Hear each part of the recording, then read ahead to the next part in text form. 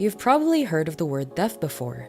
According to Merriam-Webster, it is a term that means having total or partial hearing loss, and also refers to people who have total or partial hearing loss.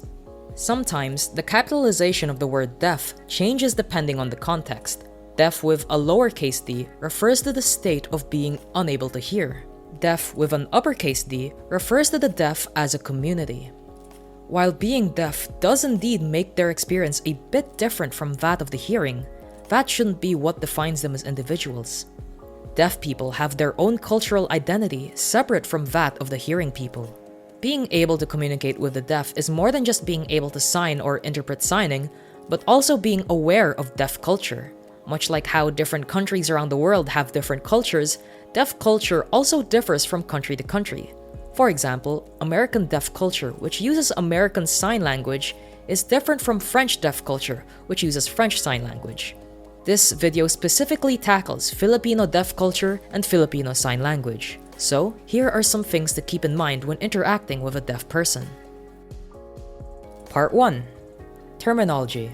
When it comes to terms to refer to the deaf, there are some do's and don'ts. Some of these terms you may have heard before, namely, mute, deaf mute, or pipe in Tagalog, deaf and dumb, handicapped, and hearing impaired. These are the don'ts when referring to the deaf community. These are terms that are outdated, offensive, or have negative connotations towards the deaf community. Firstly, one being deaf does not automatically mean that they are mute. Deaf people have a voice and they can use them at their discretion. Similarly, the term deaf and dumb is offensive because it is reductive and perpetuates the stereotype that deaf people are inherently dumb, which is not true. The term handicap implies an illness, injury, or condition that must be cured.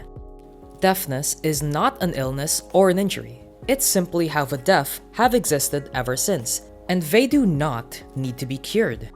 Lastly, the term hearing impaired or the term impairment is similar to handicap.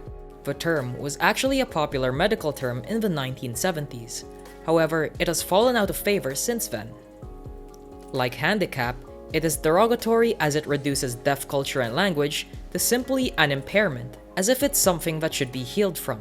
So, what are the terms that the deaf are okay with?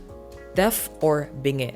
This is deaf with a small d. This is generally accepted as a term to refer to someone with hearing loss. Deaf with a capital D, meanwhile, refers to the deaf community as a whole. Lastly, the term hard of hearing, while in a similar vein and is accepted as a term, is a separate community from the deaf. They are somewhere in between the worlds of the deaf and the hearing and have their own identity as a community.